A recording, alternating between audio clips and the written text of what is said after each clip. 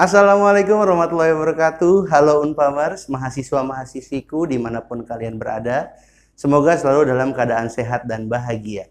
Perkenalkan, saya Samsul Muarif, dosen Prodi S1 Akuntansi Universitas Pamulang. Pada pertemuan kali ini, saya akan membahas materi mengenai kepemimpinan dalam organisasi. Sebelum masuk ke pokok pembahasan, saya akan membahas terlebih dahulu tujuan dari pembahasan materi ini. Pembahasan materi ini bertujuan agar mahasiswa mampu memahami pengertian tentang kepemimpinan, mampu menganalisis teori yang berhubungan dengan kepemimpinan, mampu menganalisis sifat pemimpin, mampu menganalisis keterampilan pemimpin, dan mampu menganalisis gaya-gaya kepemimpinan. Oke, sekarang kita masuk ke pokok pembahasan. Kepemimpinan atau leadership dalam organisasi tidak bisa dipisahkan dari ilmu manajemen. Tanpa adanya kepemimpinan, tidak mungkin suatu organisasi dapat berjalan sesuai dengan yang direncanakan. Pemimpin merupakan kata dasar dari kepemimpinan. Pemimpin memiliki arti yaitu seorang yang menjalankan suatu kelompok dengan mempengaruhi individu lainnya dalam rangka untuk meraih suatu tujuan yang ditentukan bersama. Pemimpin yang baik tidak hanya dilihat dari seberapa banyak orang yang mengikutinya. Pemimpin yang memiliki kepemimpinan yang baik, maka dia akan mampu mengkader atau menciptakan pemimpin selanjutnya. Dalam sepanjang sejarah, para pemimpin yang kuat dapat digambarkan dengan sifat-sifat mereka seperti teori sifat kepemimpinan, berfokus kepada kualitas dan karakteristik personal. Pencarian atas kepribadian, sosial, fisik, atau intelektual. Sifat lain yang akan mengindikasikan kepemimpinan efektif adalah kecerdasan emosional.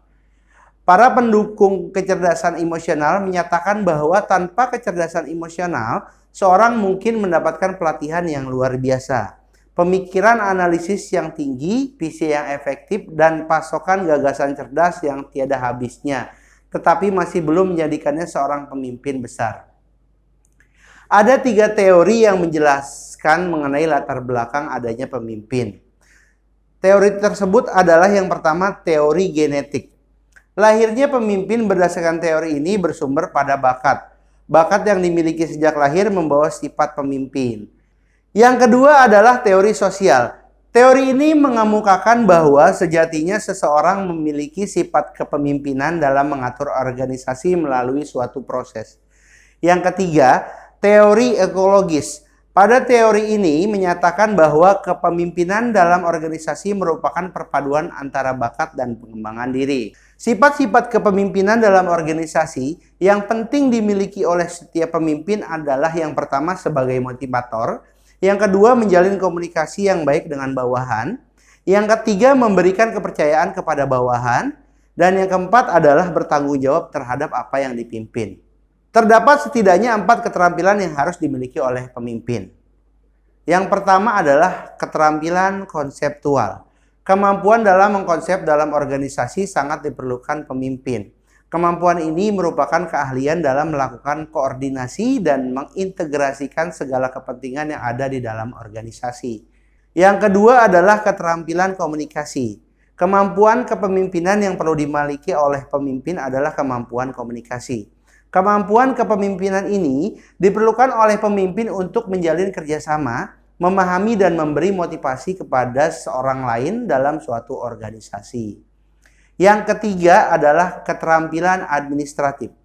Pada proses menjalankan kepemimpinan, khususnya pada suatu organisasi, kemampuan administrasi merupakan hal yang sangat urgent. Keahlian ini merupakan keahlian yang berkaitan dengan seluruh kegiatan manajemen, mulai dari perencanaan hingga pengawasan. Yang keempat adalah keterampilan teknis. Meski kegiatan operasional tidak terlalu melekat pada pemimpin organisasi, namun pada proses kepemimpinan mengetahui hal teknis tetap diperlukan. Pemimpin organisasi perlu mengetahui hal teknis seperti penggunaan alat, prosedur atau metode pada bidang tertentu seperti akuntansi, permesinan, dan lain-lain agar dapat mengarahkan bawahannya dengan tepat dan mencapai hasil secara efektif. Setiap pemimpin akan memiliki gaya kepemimpinan yang berbeda-beda. Ada beberapa gaya kepemimpinan yang dapat kalian temui dalam setiap organisasi. Yang pertama adalah kepemimpinan birokrasi. Yang kedua, kepemimpinan transaksional. Yang ketiga, kepemimpinan otokratis. Yang keempat, kepemimpinan karismatik. Yang kelima, kepemimpinan melayani. Yang keenam, kepemimpinan partisipatif. Yang ketujuh, kepemimpinan situasional. Yang kedelapan adalah kepemimpinan laissez-faire, atau gaya kepemimpinan ini biasa disebut sebagai delegasi. Sekian materi yang saya sampaikan. Apabila kalian merasa video ini bermanfaat, silakan kalian share sebanyak-banyaknya. Wabillahi taufik wal hidayah. Wassalamualaikum warahmatullahi wabarakatuh.